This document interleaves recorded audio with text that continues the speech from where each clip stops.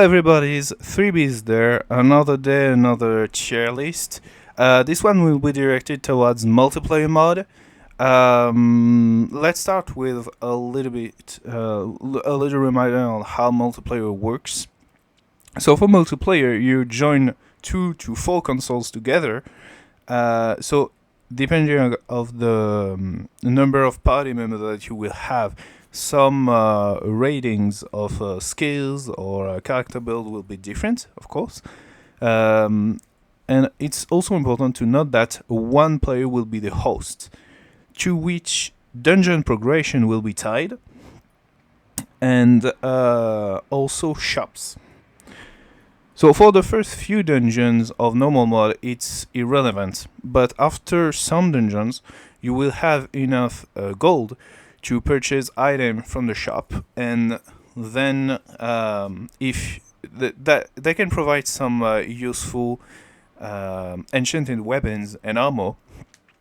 And if you have, let's say, an archer, for example, a bow, like a powerful bow, can only be used by him. And if after that you have a bow that has a different enchantment and is also equally good, you will still be able to only use one in your party. That's a little something to take into consideration.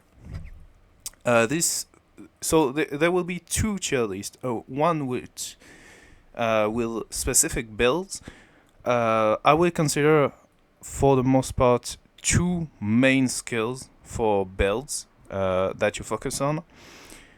And but the first tier list will be just a general overview of multiplayer capabilities of the different characters. Tier 1 is mostly optimal choice, like you cannot go wrong with including these characters in your party. Tier 2 is good choices that sometimes can be as equally good or even in some situation better than Tier 1. And Tier 3 is the generally suboptimal choices. Let's start with the Priestess. The Priestess is the most multiplayer heavy character because half of her skill are directed towards multiplayer. Bless, Protect, Resist, and Heal applies to the whole party. Healing is, of course, very good. And Protect and Resist notably can be used in multiplayer, whereas in solo mode you rarely find the time to boost, to use Protect and Resist. Like you do Bless, Protect, Resist, and then you go fight. And by the time you're doing that, you only have 20 seconds left instead of like 1 minute. But a full support build can be used in multiplayer mode. She doesn't have to be entirely passive because, so of course there's the Medita skill, which is always good, but other than that she has option to not be entirely passive. So she has Flail and Rod, and Shining Aura on the spellcaster side.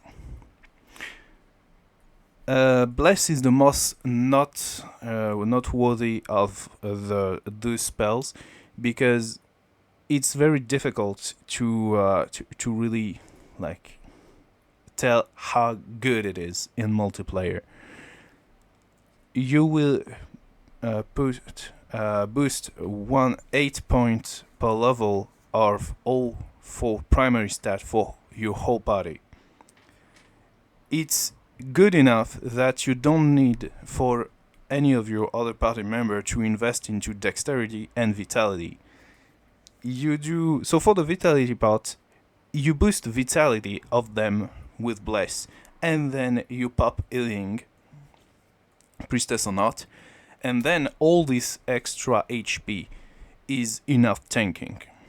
And yeah, the other character can invest fully into a whole lot of strength if they are physical damage dealer, or a whole lot of intel if they are spellcaster.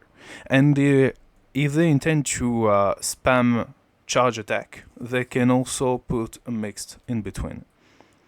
And Bless will also boost strength and intel by itself. So it's like the uh, unarguably it's the best character from multiplayer mode.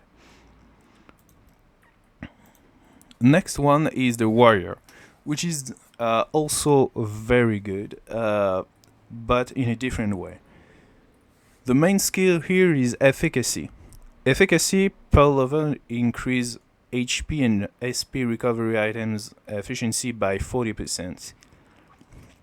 It's not as good and as reliable as the priestess healing for recovering HP, but it can increase SP recovery item, and it can throw them at allies to heal them, and efficacy will apply throughout the throw, meaning that the warrior can uniquely restore a whole lot of SP to a spellcaster that invests into like really big spells and higher level spells, or charge attack spammers like a bow archer or knife brawler, for example.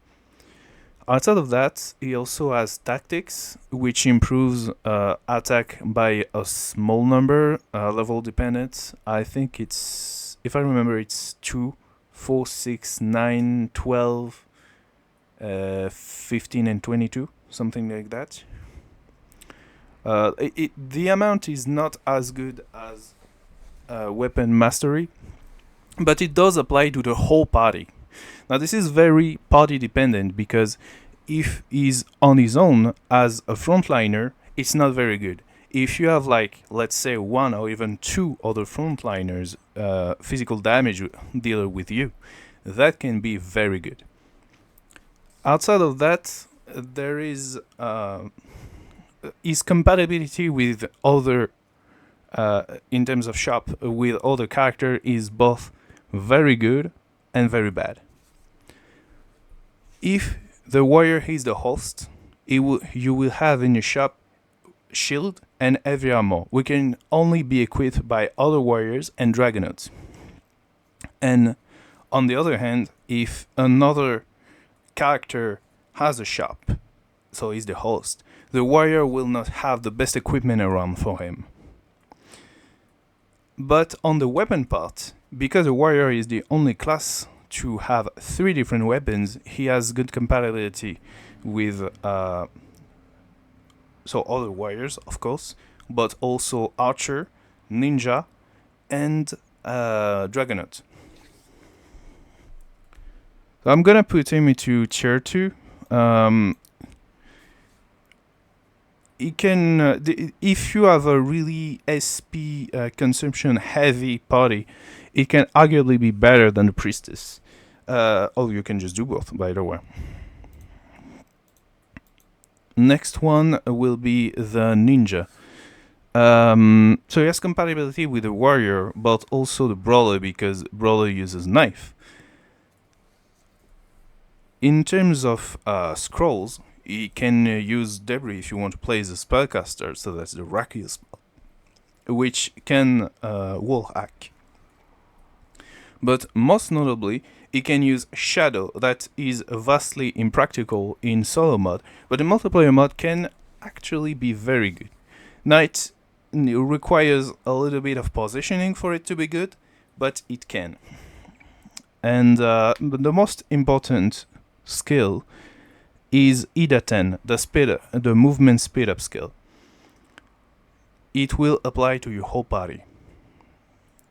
And not only it's very good for physical damage dealer that want to get close quickly to some enemies that could be annoying, like mages or some flying enemies, but also it's very good for archer, knife ninja, so can be himself, or spellcasters to reposition themselves accordingly.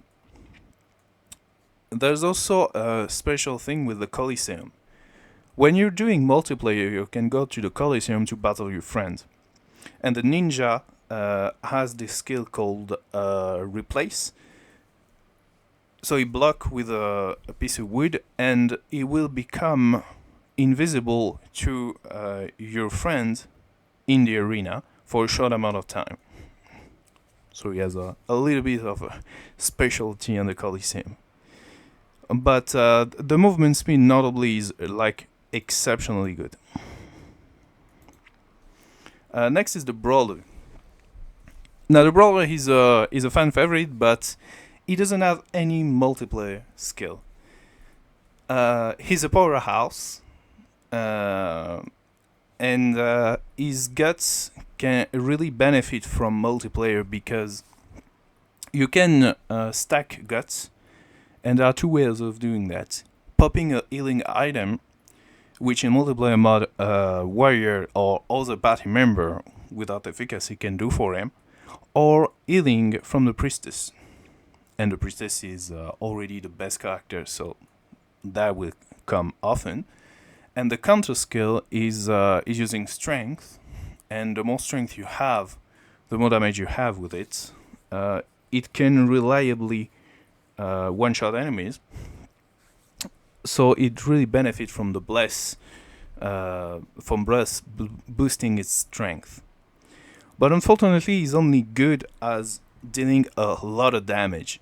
So if it's like your sole frontliner, it can be good, but otherwise is not that very good. So I would say that he fares better when you have a two member party. Next is the sorceress. Now magic shield is a solo buff. It doesn't apply to the whole party, but she has a lot of opportunities between the elemental spells being effective in specific dungeons and on specific enemies. She can spam blaze without thinking. Normally in solo mode you will ultimately face fire resistant enemy, but in multiplayer mode you can just let your allies taking care of fire resistant enemy, and that's not a problem. I would say that freeze is not that very good because it has a lower damage output than blaze, and spamming blaze is generally better. She can spam thunder, which has the ability to wall hack and AoE. It will be better than Inferno because Inferno has AoE as well. Is a little lower SP consumption, but it doesn't wall hack. So Thunder will be better in general. And Blast, notably, is really good for advanced mode. Now, I'm not sure that many people are playing advanced mode, and especially if you're doing a multiplayer playthrough. So it's less relevant. But if you go into advanced mode, Blast, using intel and striking on defense instead of resistances, can come in handy against some enemies. I would say that she's around in the middle. She's the kind of the best spellcaster around, but not like an auto include. Next one is the Dark Wizard, which is two characters: the secret character Jill Spy, as well as Almond, the default Dark Wizard. They have a slight difference in their starting stats, but the most important is their movement speed. Jill Spy has the best movement speed in the game, on par with the ninja. And so the Dark Wizard doesn't have multiplayer skill, and is arguably worse as a spellcaster than the sorcerer. So the most spammable skill, like spell, is the Demon Breath by default.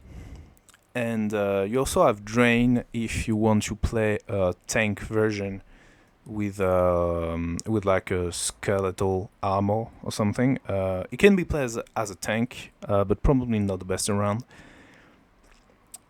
And then you have two AoE options with Venom that strikes in front of him, and Darkness that also does dark damage and around him. And so that he has the Medita skill, the Morph skill, which is arguably very good in solo for a lot of reasons, but in multiplayer mode, the only niche that it has is to be able for him to not draw aggro on him and reposition himself against some annoying enemies like mages or thunder gizmos or stuff like that that can be uh, behind other enemies, so he can reach them while ignoring other enemies.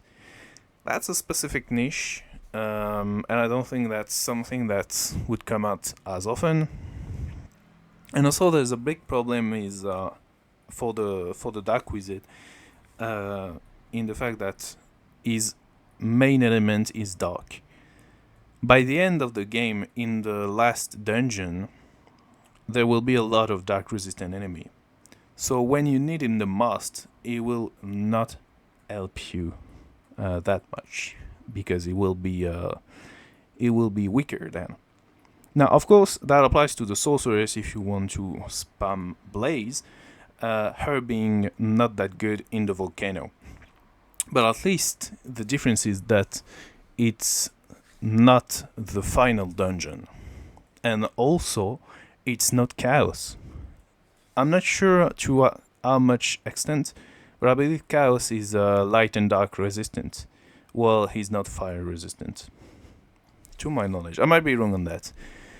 But yeah, I will say that Almond is tier 3 and Jill Spy is at least tier 2 due to having better movement speed. Next one is the Archer. So he has very bad compatibility because Bow is only for the Archer. So unless you want to play somehow a party of multiple Archer, it's going to be really hard to have good compatibility. Well, you will not have compatibility. Now I can say that Spear is better in multiplayer than in solo, because so the normal attack is not very good still, but the charge attack does pretty much like Blaze or Demon Breath. It traverses enemies, inflict damage on all of them, and doesn't stop. And in multiplayer, you can have the archer charging up his spear attack, and then another party member baiting enemies in a line, and you can use the spear. Whereas in solo mode, it's really hard often to have enemies line up in a way that spear attack, charge attack, is really powerful. But still, you probably will be better with a spellcaster. And to finish is Dragonaut. Is the best tank in the game, being the only one to not only boast high physical defense capabilities but also the resistance skill, which comes in handy. And which is noticeable because in multiplayer mode, enemies are tougher and stronger. He also has two skills that applies in multiplayer mode. One being Weaken, which decrease the physical attack of enemies around them and indirectly boost defense for your whole party. And Armor Break, which decrease the armor count, like the defense of enemies, and indirectly boost damage of the whole party. But the most noteworthy thing is the fact that he has resistance skill and is the best tank around. Now, onto the specific builds. I try to have like pretty much everything that I could think of. I might have forgotten some stuff, so feel free to correct me if there's some stuff that I forgot. I purposely not included builds centered around specific equipment because I think that in multiplayer you don't find the time to hunt for those specific pieces of equipment, especially if it's like a set or if it requires forging. I might be wrong on that. but I still think that build centered around 1 to 3 skills are about the most common stuff. This is what was discussed there. So let's start off by the archer. As I said, he has poor compatibility. His skills are a little all over the place. While ancient could be useful in solo mode, enemies will get killed very quickly in multiplayer mode because it's gonna be a ground melee basically. So I found hard to imagine a situation in which another party member stops striking an enemy, saying, "Oh, he's enchanted," and go for another enemy. I think enchant will be irrelevant. Healing is irrelevant as well. But one noteworthy thing is the anti-flying skill for both bow and spear. Now I still think they're at the bottom, but having in your party an archer that destroys flying enemies, if you can pair him with a warrior or a ninja that can grab Kusanagi, I believe it's Kusanagi, but I might be wrong. But the cursed sword from the Colosseum that gives 3 times the damage against undead. You have a very good combination of like a chaos party member that can shred enemies to pieces. It can prove to be very effective, but that's all that is good for. And his summon skill, while the spell is not bad in terms of raw power compared to other spellcasters, it's the way that the summons are attacking that is a problem. They will stop, then go for enemy, come back to the archer, and then after some time attack again until they are out of attack count. So it's not very effective in a grand melee, but to make things worse, the summon from the archer have a tendency to get stuck into objects like a wall or trees, and there's not that much of really open areas in the game to be able to summon reliably. So I believe that's arguably the worst build in solo and multiplayer mode. Next is the brawler. So as I can say, it can be a powerhouse. I believe you should always count on guts for him. Counter can be really useful, but also at the same time because it could one shot enemies, but at the same time because enemies are stronger, it can be difficult to really trigger guts and count on the counter skill to kill them after that. So I believe trying to stack guts would be more effective. I'll place him there. I think this one is Claw. Yeah. Having a mostly offensive guts stack can be indeed powerful, but it requires quite a setup. If you mess it up, it will just be killed. And it kind of requires the brawler to be the sole frontliner of your group. So I still think that's at the bottom tier. Next, we'll have the Dark Wizard. So I not included Jill Sprite there, but remember that everything that I will discuss there is applicable to him and is just a little better than Armand. So the Demon Breath spam and the Darkness spam, as I've said, they are a little better, I guess. I would place the Sorceress in the middle. But for what I've said, because of Dark Elements, it's not that very good. Then we have the Venom skill, which might be a little better, but requires a little setup, pretty much like the archer spear. You could play both together and having a third party member baiting enemies. And you have just the archer behind the Dark Wizard, and both of them are releasing a line of powerful attacks, but that requires quite a setup. It's not very dynamic, and because it requires a setup, and he will be not very good when other party members are killed. I would say that's not very good. While Moth is arguably very good, like a physical Dark Wizard can be very good in solo. In multiplayer, I would think not. Just like I said, his only niche is to be able to pass other enemy to go for specific one. But the main interest of Moth and physical Dark Wizard is to be able to like skip an entire map, like an entire screen. Maybe go for the specific enemy that opens the door and really quicken the times required for dungeons. And also ease things. But that doesn't apply when you're in multiplayer.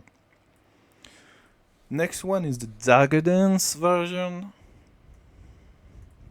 I would say that it's probably better. It doesn't have the same problem as Demon Breath because it deals physical damage. But the thing is, if you want a physical damage dealer, just grab a physical damage dealer, like the warrior, the ninja, the brawler, whatever. And the best one that could actually be a good tank would be the version with bone armor and a higher variant with a drain spell. It could work, very much could work, but the problem is that the drain spell requires so you release the spell, it sucks up a little bit of HP from enemies, and then it comes back to you, and then you are healed. Because it's not like something that you can really spam that much, I would think it's not the best tank around. Let's go with the Priestess right away. The Priestess is of course gonna be up there. I think just because of Bless. Just Bless is that good. Well, I'm just gonna put them there in rearrange them later. Because Shining Aura is that expensive, I think that's probably not the that might be the worst of all of them. If you do not want her to be a sitting duck, like a really passive character, I'd say that in order, the best one would be Flail, Rod, and then Shining Aura, because Shining Aura is so expensive in terms of SP. Rod is less powerful than Flail, of course, but what is kind of interesting with Rod is additional effects. Like you have rods that have a lot of recall. You have one that has an SP drain of like 8%, I think, to it. Some stuff like that, and it can be very good, but it's the same problem that with time. You won't find the time to farm for the specific equipment like the Cow Scepter and so. So I would think that the Flayed is far more reliable overall. Then we have to discuss. So of course you always use Bless with the Priestess, and then it depends of if you want to. So you will probably always use heal also at some level. But having one that really has a high level in heal skill.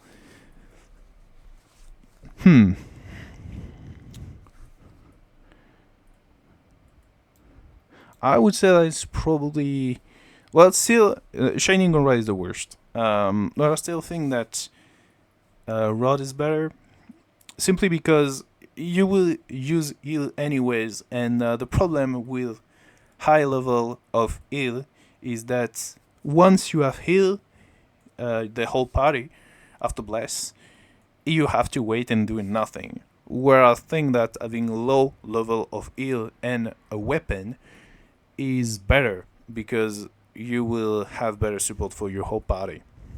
Now it's another thing if you have either protect or resist.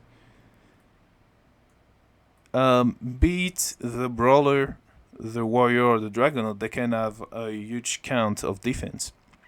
So I think that the protect skill is not that very good, arguably worse than a heal. But the resist, though, even if you have Dragonaut as your tank in your party, you still won't be able to have. I think that's 64 resistance plus the one that you grab on the way. So let's say about 80 in difference resistance. You still need additional points to be at max, which is 200 in all resistances. So I think that it will actually be better. And a variant in which you have both protect and resist can be used. It's arguably better, but at the same time, you will have to distribute your skill between all of the spells, so it can take more time to reach that level.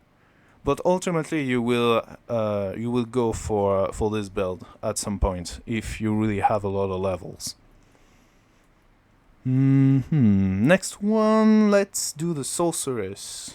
So as I've said, I will probably put all of them builds in the middle. Better than the Dark Wizard and other spellcasters. Outside of the Shining Aura variant, but it's not that much for Shining Aura. It's because the priestess still has Bless no matter what. I would think that the physical variant is the worst. Rod, again, is not very good in multiplayer because in solo we'll be able to have additional effects like the Chaos Scepter and so on. But in multiplayer mode, I would imagine that not at all. Blast is in a weak spot because I think it's better than Blaze, or maybe used in conjunction at really high level for advanced mod. But in normal mod, spamming Blaze will be better. Spamming Thunder can be really good because you have a lot of opportunities to wall hack with it and to strike multiple enemies at the same time. But the problem with that is when you have only one or two enemies, it's not very efficient. So a combination of Blaze and Thunder might arguably be a nice in between. I don't know if the most effective one will be like full Blaze spam or mixed variants. I'm gonna leave it at that. Next, let's do the ninja.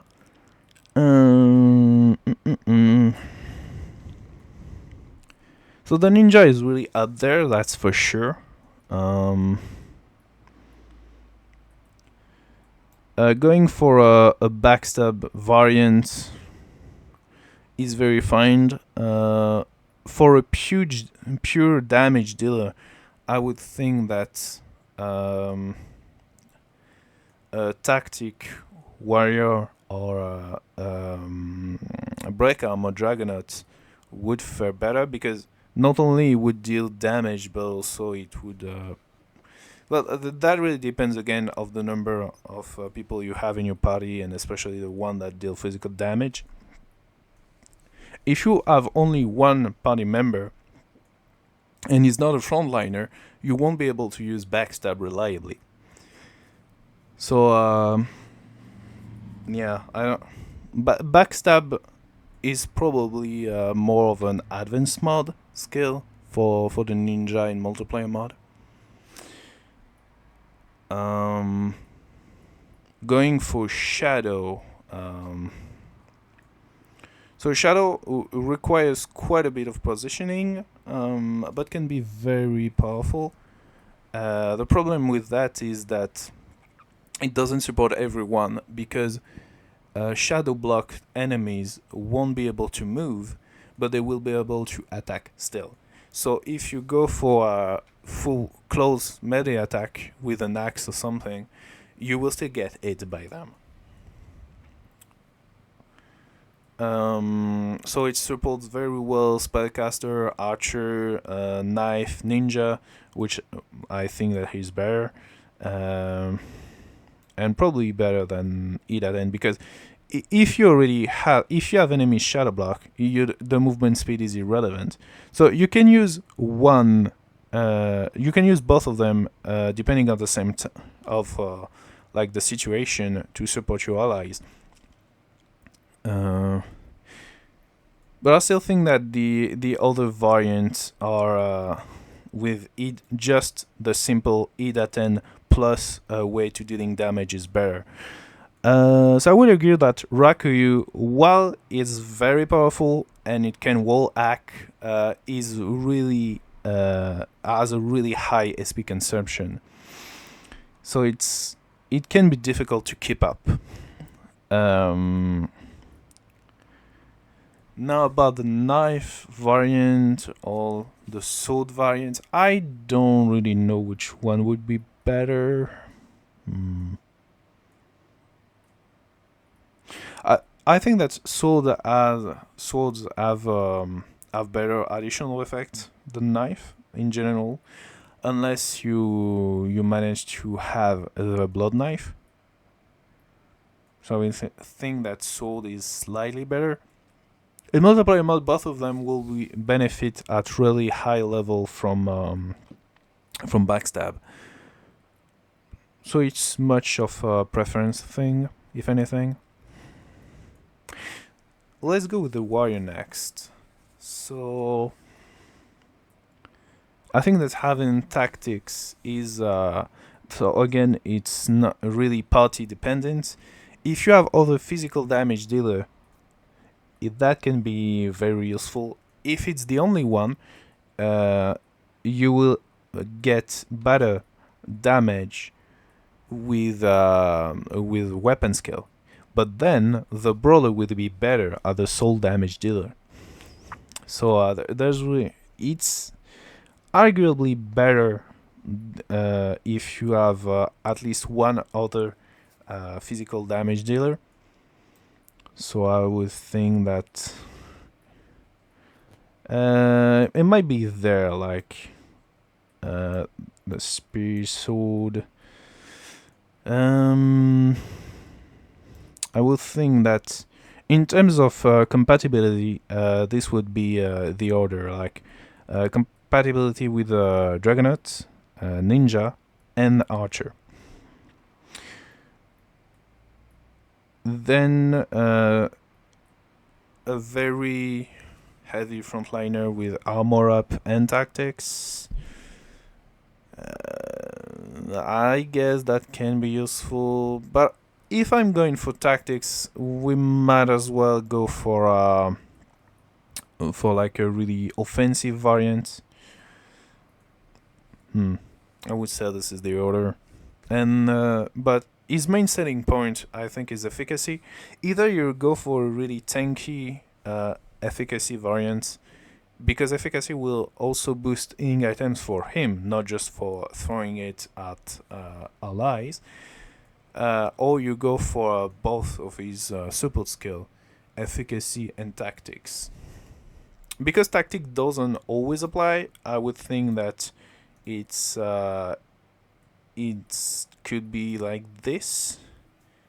Actually, efficacy could be up there. Just having a warrior doing like there's throwing items around is so powerful.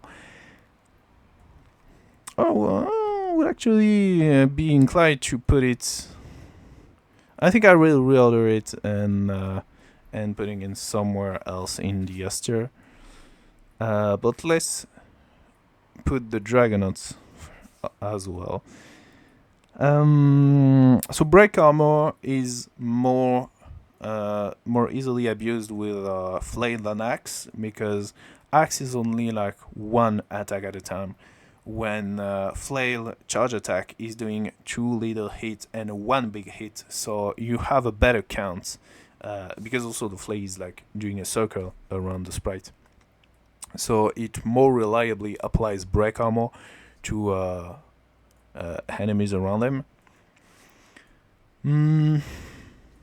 I would think that because he's still a really good tank, I would think it's something like that.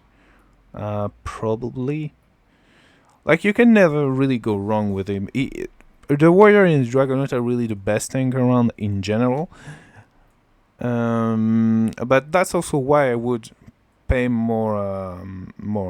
more credits to the Dragonaut as a tank build. He could go full physical defense by grabbing both weaken and armor up and shield at even higher levels. I would think that's not very good to go full physical. Do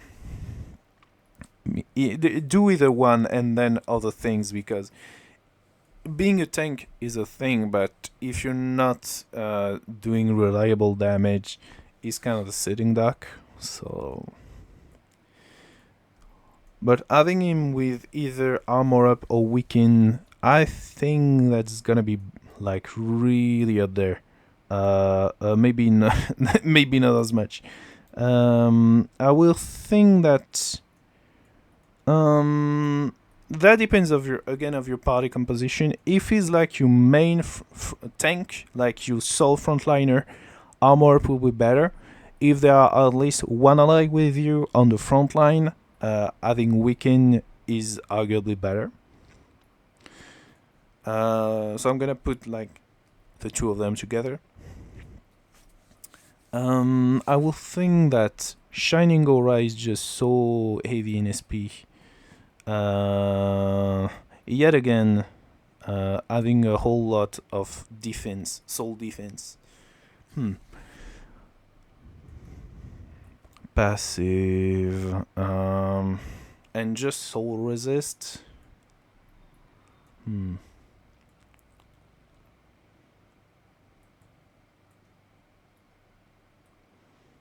I would think that the tier list is something like that. Let me check again. Brawler. Now, actually, on the bottom, I would think that the knife brawler is generally better than the claw variants. In solo mode, you could go for either one, and claw actually has some sets that are really good and that are claw locked.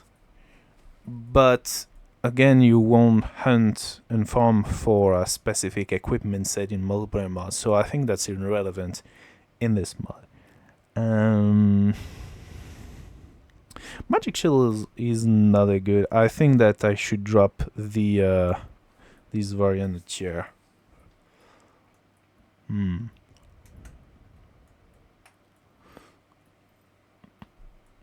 Yeah, I think I'm gonna stop there. So feel free to just tell me if I should have included other builds. Yet again, I don't think that builds centered around equipment are relevant for multiplayer mod. But if it is, I might do an adjusted tier list accordingly. I still have to do a tier list about normal mode and advanced mode. But I still have to wrap my hand around levels and limits. Like, is it relevant for advanced mode to consider like the full 200 level max level, or should I stop before that? Because not a lot of people are gonna farm up till level 200. And where level should I stop for? for normal mod. I think that around level 60 is a nice spot because it's quite of a form. To be honest, for normal mod, you could finish normal mod with just a level 30 character, but if you want to do some side quests and stuff like that, you could go up to level 45 to 55, something like that. But also 60 is enough level for you to fully master two skills. And a lot of people would build their characters in normal playthrough around two main skills. So that checks out.